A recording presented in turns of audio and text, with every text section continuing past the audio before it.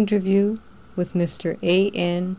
Schneider. Did you come with Peter at the same time Peter came to Canada? With us? Yes. No, he came a year. I came a year later than I.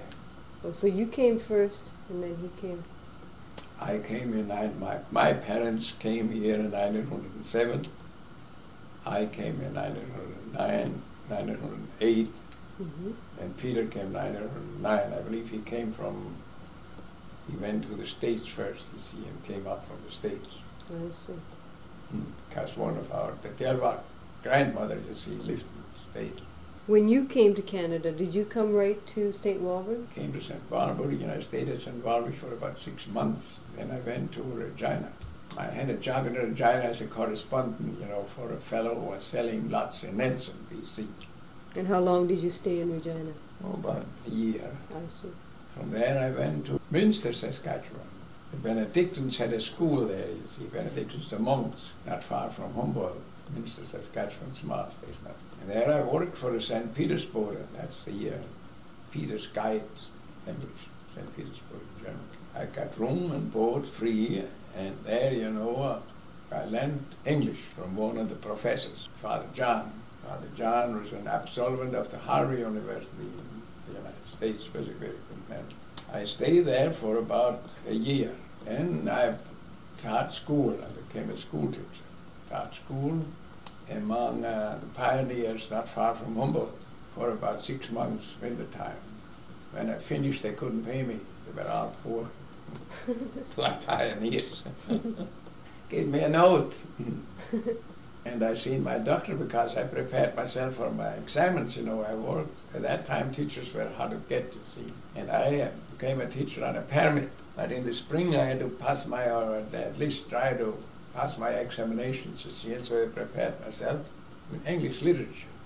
The rest of it I knew more than the teachers here, because I seen my doctor, and I only weighed 135 pounds, and was pale, and of course I smoked too much and drank too much black coffee, stayed up too long. And my school was a log school, log building, one heater in the center, 40 below zero outside, you couldn't open down, or about 40 cubits. The air was palpable, you could cut it with a knife. And the place I stayed, is a log house too. They only had a small room for me, That's where I used to study at night. And I lost, pale, and I lost quite a bit of weight. I went to a doctor. The doctor told me, nothing wrong with you. You don't need no pills, no medicine. You go and take a homestead and work outside and stop drink coffee and smoking. And inside of 6 months, you'll be as healthy as anybody, any of your age. That time, I was about 24 years old. You want to hear some more about it? Yes, I'd like to. Yeah. Well, I went back to St. Walburg and took up a homestead just aside of your grandfathers.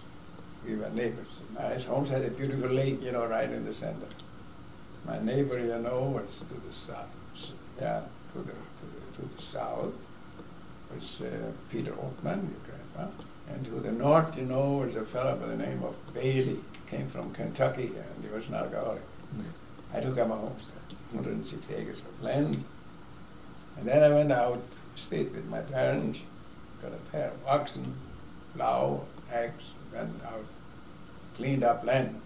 And in the month of June, it was a hot day, I broke land with my oxen, and when they got near the lake, they put up their tails and went right into the lake. So the water just covered them up because the flies were so bad. The oxen, you don't like oxen, huh? No. All right. By that time I was healthy, I didn't smoke, didn't drink, worked outside, weighed about 155 pounds. So I looked at those oxen in there, and I thought by myself, well, they have more sense than you have. They quit. Got into the lake, it's better in there than outside. So I thought, all right, you're going to stay in there, as far as I'm concerned. So I took my shovel and my axe and went back to my parents' home. And I told him they could have the oxen and the farm. And I was going to Edmonton. Didn't like it anymore, one of those. Didn't like the mosquitoes and the heat, you know. And of course, distance, you know, we had no church, we had no schools, we had no roads, no hospitals, nothing, just log houses. And of course, you know, we all went out working in the summertime. Well, I went to Edmonton. Then in Edmonton I got a job in a real estate office, sold lots on commission. And then I established my own business later on. And I done very well, you know, too. But when the war broke out, you know, in 1914, I had to get out because I was doing business with the Kaiser, Germany. And if I'd stayed there, I guess I would have sent me to the camp, but I got away. And then I worked on my homestead again. So you went back to St. Walburg Well, from yeah. Edmonton to... Got into business. I became a JP and then notary and then later a magistrate. And I went into the real estate business, immigration, and I established, you see, I became the organizer there of the Liberal Party, established a good business in conveyancing, different languages, you know, that helped me. We spoke 3 or 4 languages. And I took in as my partner my brother Nick. And later on, you know, I gave him the homestead. I bought a homestead from him, you know. He proved it up. And he took the money and went to the United States, went to university in Minnesota. When he finished, he married a lady down there and established his business in Portland, Oregon. He died about 2 years. He was 70 years old. He was quite a bit younger than you. Yeah. And they were all younger. I was the firstborn. They're all dead now, excepting 2. There's 2 of them left yet. Ed and Sweet. Now you want to know where they originated from the old country, from Germany, yeah? How they got into Russia, you want to know that? Mm-hmm. In 1765. In 760, you know, old Frederick the Great of Prussia started the war, you know, in Germany. And that war lasted, you know, for 5 years and bled Germany white. Maria Theresia, she was the Queen of Austria, you know, they got mixed up. And then the Russians came too, that's the fact. And old Fritz, you know, lost quite a bit, you know. In fact, they would have lost the war. The Russians occupied Berlin, and the people, you know, of the rest of Germany, you know, were practically bankrupt. But then old Fritz, you know, was a good friend of Voltaire. Voltaire used to live with him for about 12, 13 years. Voltaire was more the father of the French Revolution. Mm-hmm. Very good writer, you know him. Yes. So, old Fritz got an idea. In Russia, you know, there was a widow that reigned at the time. She had a son, Peter II. He was crazy. But he wanted to get married. She wanted him to get married, his mother, and they couldn't find a nobility, any noble girl, any out of the aristocracy, you know, married. And old Peter, you know, had a general, and he was a fond, he was a nobleman, aristocrat. And he had a daughter, and her name was Catherine. So old Fritz, you know, got in touch with the reigning monarch of Russia, a mother, a widow, who had a son, Peter II. He said, here, I sent you a noble girl, you know, nobility, and she will marry your son. Katrina was only 14 years old at the time. She was a well-developed girl. She agreed. And then she went to St. Petersburg. And there, you know, she was married to that fellow, Peter II, but it didn't take very long, and Peter, you know, not very trustworthy. He had a maîtresse, you see. And he also disappointed the nobility at the time, the boyars, you know, the guards of the house, etc. So they decided, you know, it might be better, you know, if we get rid of Peter. He was crazy anyway. And proclaimed Catherine the Tsarina of Russia. That's what they done. Peter disappeared.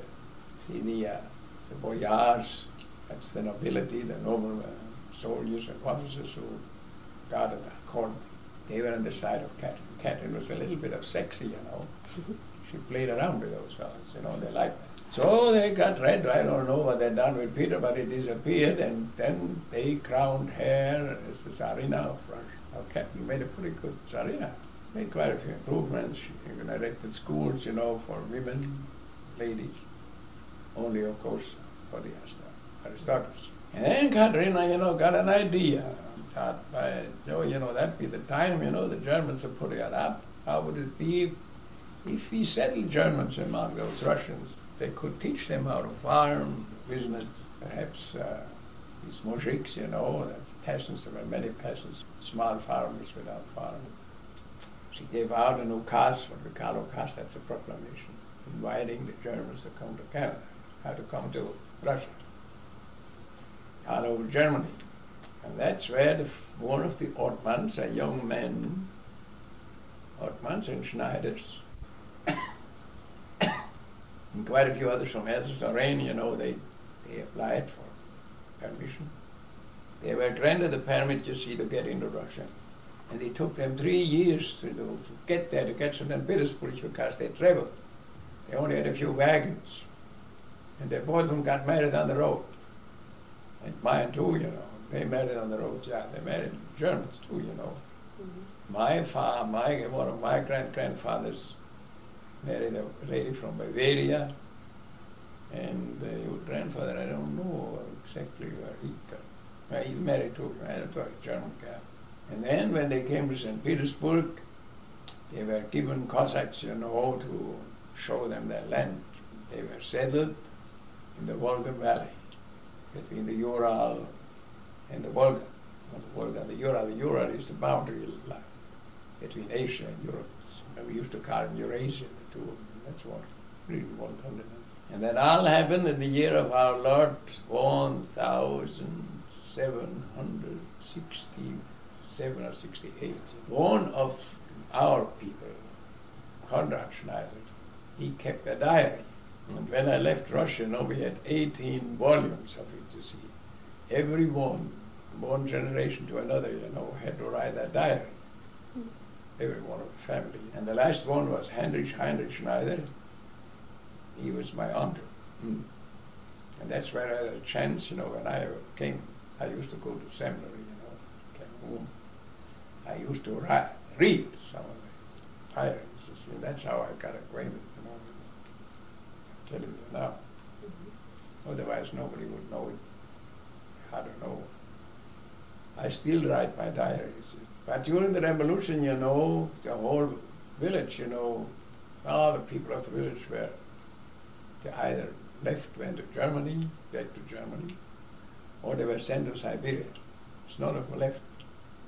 And they settled, and the village was settled then by tramps, fellows who don't know about farming and so on. And in a few years' time, they burned the village down. In the winter time, it's cold, they had no heating, so they started with the fences, and then, of course, with the stables. They had no horses and everything, farming implements. Didn't know how to farm. Then the house. So now there is no village left anymore. It's gone, as far as I can find out. And the Thalheimers, they were born in the same place. They were born in our village too, Oh, I didn't know that. Oh, yeah. I knew your grandmother when I was about 5, 6 years old. Your grandmother, they were used to work out, they were poor farmers, didn't have much land. But she was the best working girl in the whole village. She received an extra dress. All they received, at that time, for a year work, was 10 rubles and a dress. But she got 2 dresses made out of wool. See, they put well independent, they'd done everything themselves. Even linen, they were spinning linen, and wool, of course, camel wool. We all had camels too, we had camels and sheep and so on. We were well to do at that time, villages. The history, of the whole village, that's very interesting, They had the same trouble as they had in the United States. You see, the land they occupied used to be used by nomads, called the Kirghizians, a Mongolian tribe, the Bashkirs, Tatar. And they thought, that land belongs to them, not to the Germans. So they fell upon those German colonists, you see. And my great-grandmother, was captured. They were after young women, they liked our women. They were nice looking. Their women, they looked like apes. And young men. And one of the Ottomans, he was cut too, One of the Ottoman family. His name was Peter Ottoman too. And they were taken, of course, prisoners, in Asia, around Astrakhan. And Peter Ottoman, he became a favorite, of the sheikhs, the sheikhs thing. Mm-hmm. They were wealthy people, they were Mohammedans, Muslims, many women. And my great-great-grandmother, she became the head wife of one of them. They were not only beautiful women, but they knew more, than yes. these Mongols. But Peter Ottoman had a girl in our village. She loved one another. And she always wanted, she always thought Peter someday will come back. So Peter, became the leader, he became the foreman, of the tribe. And one of the daughters, of the sheikh got married. And she was in love with Peter. But they couldn't get married because Peter was a Christian and the rest was a Muslim against him. Of course, Peter wouldn't like it. So Peter prepared himself, he wanted to escape. She helped him. She prepared 2 horses for him, one black one and one white one. The white one was for the Volga, because he had to cross the Volga, in order to get home. So, and she provided provisions for him. And at the night of marriage, when there are many were drunk, and had their more or less, drinking and singing and dancing, I guess. Feeling well, she came to Peter and said, now go. Peter got on his horse, black horse for the prairie, the white horse for the river. He was a good swimmer. And off he went. But then the bridegroom, I guess he was jealous. And he found out, that Peter left. And he, of course, brought the news right away, and they all got excited. They all went on horses and after. And so did the girl that loved Peter. And when they came to the Volga, Peter was already in the Volga. Pretty near to him, and he got on his white horse. And so that bridegroom, of that Peter's friend, or Peter's girl, he got pretty close to Peter. But then she, they had these, they were shooting the bows, fights. Yeah. She shot that fella, her own new husband. She shot him, killed him. And of course she told her she wanted to shot Peter. Yeah. So Peter came home. And he came home, got into the village. Of course, nobody knew that Peter came, but he went first of all to the house of his sweetheart. And there, there were couplers in there trying, to get his sweetheart, his girl, to marry somebody else, one of the farmers there, sons. See, they had couples. You had a son, and I had a daughter. Well, of course, then they would come to my son, perhaps wanted to marry your daughter. Then we would arrange it. Right. The mothers would arrange it. Said such and such a date, you come along, and we see what our daughter has to say. Those couples, and they got together. And each was represented, with fellas, from the village who knew how to talk and how to entertain. So Peter listened outside. And of course they had schnapps there, vodka, and samovar. Samovar is a tea there, drinking. And his sweetheart was sitting there on one side of the stove, they had these long stoves, reaching right into the ears, right into the room. And the father wanted to marry her on the other side. But Peter's girl, said, no. I'm going to wait for Michael and nobody else. So Michael went in there, and of course, there was great joy, felt in each other's arms, and they say, yes, it's man Joseph. There's the Michael. Michael came home. They call him Michael, not Michael. And they celebrated. They got married, and they lived a happy life. Children, so on. And there's quite a few stories, that kind. Our great-grandmother came home too, Her husband died, and she had about 10 children, with him. Well, she also had 2 children at home. She was married already, And when the old man died, the Shah, he said to his boys, you send mother home. She always talks about her home. And they told him about stars to follow across the Volga and so on. And one time, they brought her to Katrinstadt. Katrinstadt that means the city of Catherine the Great. Catherine and Stadt means city, Katrinstadt. And she came home, but she hardly could speak German anymore. And she had a wheel, and she was sitting in the corner and smoking a pipe. She didn't like it at home anymore, but there was no going back. No. See, she liked it more out with these Circassians. And of course, she had a lot of children there, but she had children at home too. Mm-hmm. So my grandmother used to tell me the story about her. And I never forget that as a kid, a child. Yeah. Far down, So there was quite a history about them. There were others caught too, and they came home. Some of them didn't. So, but the time came, when they had to report to St. Petersburg, and then Catherine sent Cossacks out. And when they came, Palmer fell upon our village, second but the third time, the Cossacks came, and they cut them on the way out, you see. They were just resting overnight, you see, and the Cossacks came, and they were afraid of the Cossacks. So they went in a hurry, they left everything behind, and off they went. So they got all the people they took prisoners. Mm. They only took young people, young women and young men. Didn't want any of the old people. They had enough of them at all. Well, you see,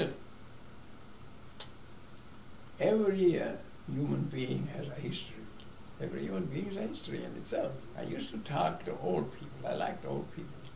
And I learned a great deal from them, how they fell in love, got married, the trouble they had, with others and so on. Towards the end they were successful. It usually ended, with satisfaction. And of course, like everybody else, they died, were buried and forgot. But that's the history, of our village. To tell you the history also, they had 2 Jesuits, were with the first bunch. And they were well-educated people. And they arrived, at Marienthal. Marienthal means the Valley of Mary. Mary Dell, they call it. What would you call it in English? They arrived there in warm May, in the morning of May. It was a beautiful place. The valley was traversed by a creek, they called it. The creek was called Carmen. Carmen, yeah, they got the name from it. I don't know, Carmen. Nice name. And of course, there were different silver, beautiful oaks, oak trees, and silver birch, different kind of trees, many flowers, so beautiful valley. And out of the valley, it was all steps, you see, when you got out of that beautiful land. And when they got there in the evening, settled down, they had their prayers, and they had the Jesuits had an organ, and they had also. They were not all farmers, there were people from all kinds of vocations. So some of them were well-educated people. They had engineers and teachers, contractors, you see, too, like our people, ours, Conrad Schneider, he was attending the University of Berlin, he studied law. But they came, women, adventurers, and they thought any place be better than white-bread Germany. They travel fast. So they received 100 years of freedom, They didn't, in the first 100 years, they had their own administration, had absolutely nothing to do, with the Russians. They had their own schools, they didn't need to go, they were not drawn into the armies, free, and they made good progress. But in the morning when they got up, the beautiful day, sunshine, and the priests, got everything ready for mess. singing. And then, he blessed the village, blessed the valley as a priest. See, and they called it married there. And they settled along, that Carmen. In the spring then the Carmen grows into a large river. And they had to get out, you see, and move farther up. And they started out, they just dug themselves in, They had earth houses. How they made out, they had quite a bit of trouble, from the start. But anyway, they succeeded. They made a beautiful village out of it. And they laid it out the same as a city, in squares. In the backyard, they had orchards usually. And then they had garden, kitchen garden, and so on. And in front of the house, they usually had trees, in front of our house we had a linden. I still remember that linden tree, it was an old tree, and it split in the center, You left a place that you could sit on nicely, but they wouldn't see you from outside. And under the linden tree they had a table there with some chairs, and the old ladies used to have their cafe there. Called it Cafe Club, just to get in there and listen to them, it was quite interesting to listen. They knew nothing about the world, but they knew their village. They knew everybody. And you see, according to the church, you only got married, you were prohibited to marry, you could not marry within the third degree. Otherwise, of course, they thought, that otherwise, you would more or less disintegrate the children. And they knew every grade in the village. And every Sunday, they used to get married in the farm, which the farmer crop was in, threshed. Then you see the young people got married. They got married young. 18 years old was an old maid. Hadn't had a chance. 16 years old. Men were 18 years old. You see, they needed help for their farms. And life was short in those days. When you were 50 years old, you were an old man. You were retired, some of them at 45. And they led a patriarchal life, you see. Their houses were large, and they had lots of children. They all lived at home, one place, one house. But they had two houses. One was the summer house, one the winter house. They were large homes. And the old grandfather and grandmother, they were the rulers. Whatever they said went. It was Roman thoughts. No, nobody dared, to contradict them. That's why they kept them together. And they succeeded, they became rich, became landowners, well-to-do people, and they sent their people to schools later on. Like myself, I was sent to school when I was 12 years old, private school in the city of Saratoga. But many of them, you see, didn't get out. They didn't get out of the boundaries of the village. There was no railways, no telegrams. And there was one paper, small magazine, the Clemens they called it, for the diocese of Tiraspol. Tiraspol was our diocese. And Saratov was a city, mostly a grain city. They handled grain, flour, and so on, wheat, sold pot, sold wheat, sent it out. Well, then they had about 100,000 people there. It was a very nice city. Schools, etc., the cathedral there, center. So everything went all right, Many of those young people became priests, and there was great honor for these priests when they read their first mass. The whole village was on the go. And when the bishop came for confirmation, they all, you knew it 2 weeks before it came, everything was cleaned up nicely. He used to cut down some of these beautiful, nice silver birches, and put it along the road, where it came. Then they met him, on horses, nicely equipped, and covered, with flowers and different kinds of ornaments. Met him. And then they gave him the greatest present, that you ever could think of. It's on a silver plate. They gave him water, bread, and salt. Who has water, bread, and salt won't stop. It's the greatest. Sent it to him, he blessed it.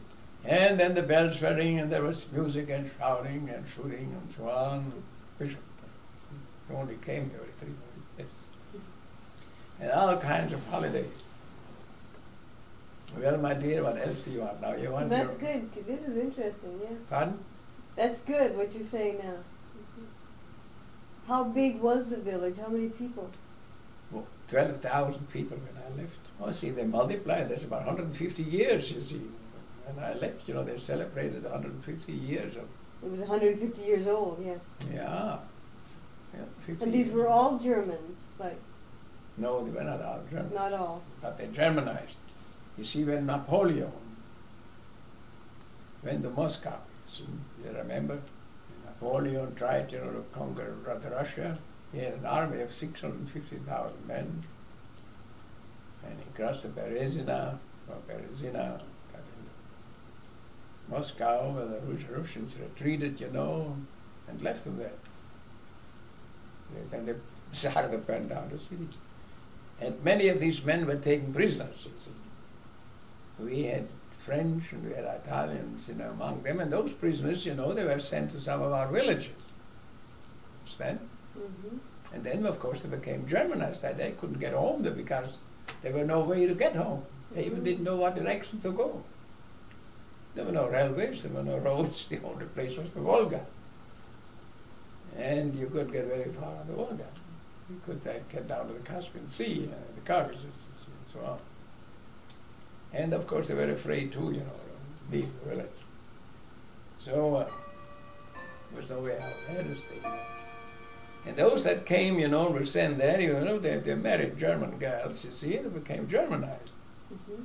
But I know that they called, one of them called, they called them the Italiener. Italians, you see, Italiener in German. That's our dialect, you see. They spoke, our people spoke the dialect, you know, of where they came from, Elsass-Lothringen. And then we had the Richets, the Corbeys, Gilmans, even some Jews among them. But they all become Germanized, and in time you didn't know, you only know it by the name. Sure. But the old people knew, you see. That's my grandfather's father, you know, knew. And they, of course, had came down, you know, by verbally, by verbatim, or verbatim, the English says, Mm-hmm. or by diaries, people who kept books. Mm-hmm. Some of the priests did too. But our generation, the Schneiders did, they kept going up to the revolution. Everything was destroyed. It's too bad, you know, that I didn't take at least one volume along. Oh, you didn't bring them with you? No. None of them? No. Well, how could I? Yeah. You see, I even didn't write them. You see, the last one was Heinrich Schneider. Schneider's Heinrich, they called him. Heinrich. He was the last one, you know, that kept the record. He died of cancer, and his wife died of hunger. They were wealthy people, you know. When the communists came, they took everything away from them. Everything they had. No, I was seldom at home. I always on the way out. When I left the seminary, you know, I went down to Odessa.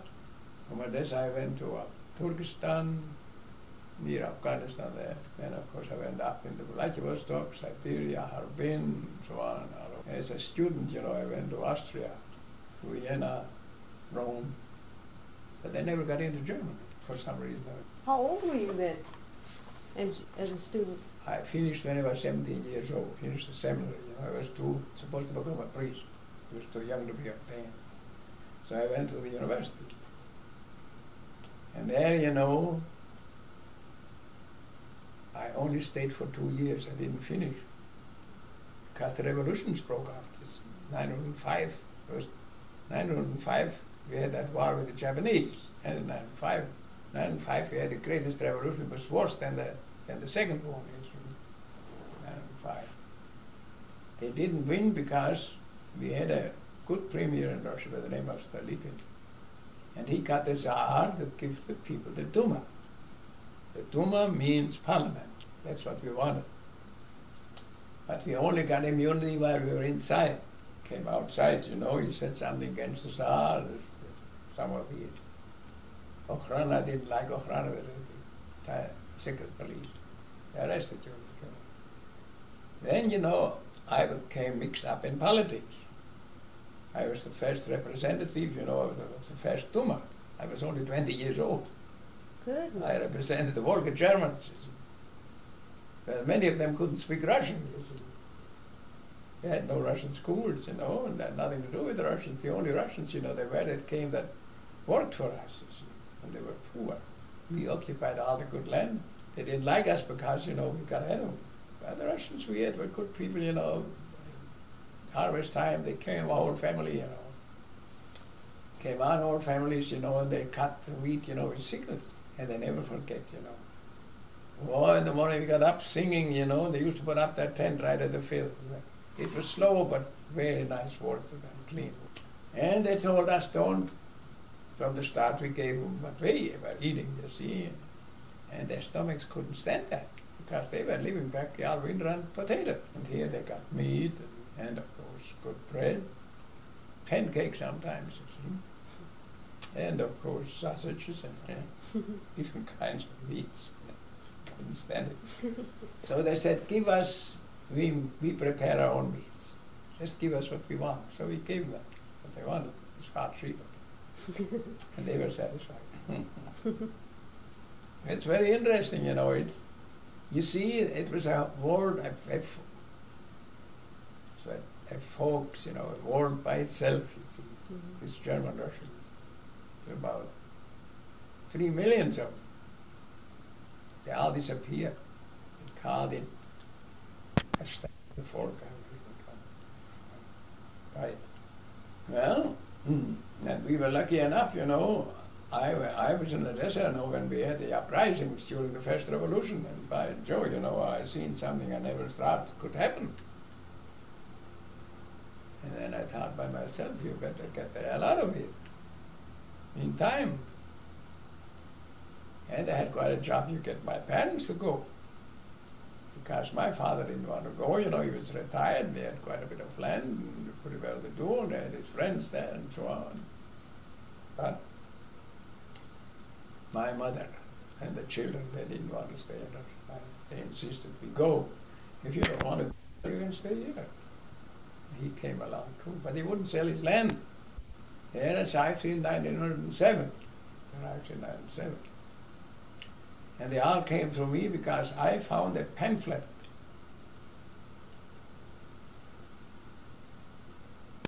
When I was about 16 years old, 16, 17 years old. We had to go to the city of Saratov during our vacation. And in order to go there, we took a steamer, at Katrinstadt. And in order to save money, like all young people, we never had enough money. Instead of taking a cabin, we stayed up. Of course, they had canteens there, a library. So I went to the library, and there on the library table I found one of his brochures, pamphlet, in German, about Canada. You get 106 acres of land, for $10. Free country, no police. Go fishing and hunting and do whatever you want, Nobody interferes. As long as you behave. We only see a policeman perhaps once a year. And there are people from all parts of the world, and there are teachers and professors and lawyers and farmers, of course, from all parts of the world. And so I thought, well, great Scott, there's a place for our people to get out. We had lots of land, but we also had a large family. It's divided up, and then when they have to divide it up again, it ends with nothing. Sell our land and get out. So, and then I wrote for more pamphlets, got more pamphlets, and I distributed them. I used to travel quite a bit. Many people came. That's the first time they heard about Canada. They called it Canada. Canada. So my people came first, and they went to Ruston, Saskatchewan. They had a relative that lived in a place not far from Ruston. I know it so well now. It's just sometimes you want to know.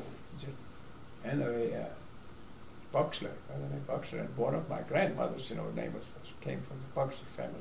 And when they arrived in Rushden, my father used to go out and visit him. His wife has died, he only had one son with him, the old Boxler. And he had a beard like this here, very religious people, and his son, Peter. They had a beautiful farm, I have a section of land. And of course, when you see my father, they were glad, to see somebody from the old country, from their homeland. You see, those old people always, they never forgot their home, their homeland, village they were born and raised. More than youth. But they learned what they more or less, you see, longed for was their youth. They grew up and they went away, left the place, they're still young. Everything was all right as long as you're young. Anyway, he was accepted there, and later on, his son, Peter, married one of my sisters, Molly. They're both dead now. I'm not sure. Peter, the old fellow died. But then he provided for them. You see, they spent nearly all their money they had by the time they came to Russland. Took lots of money in order to go for a large family. And they didn't sell his land. He could have got a fortune for that land. Yeah. Or he wouldn't sell it. Stayed in Russland. They could have got a half section of land, right close to the railway. They were Mennonites.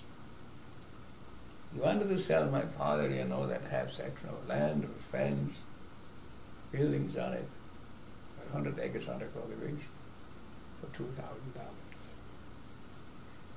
Oh, they said, why should we pay them fellow $2,000? We can get land for $160 for $10. That's the way they figured. Mm-hmm. If they had been able to figure right, they would have bought that land for $2,000 because they had to get away 100 miles from a railway where they took their homesteads. And then it took about 10 years before they really could sell something, you see. There was nothing there. Absolutely nothing.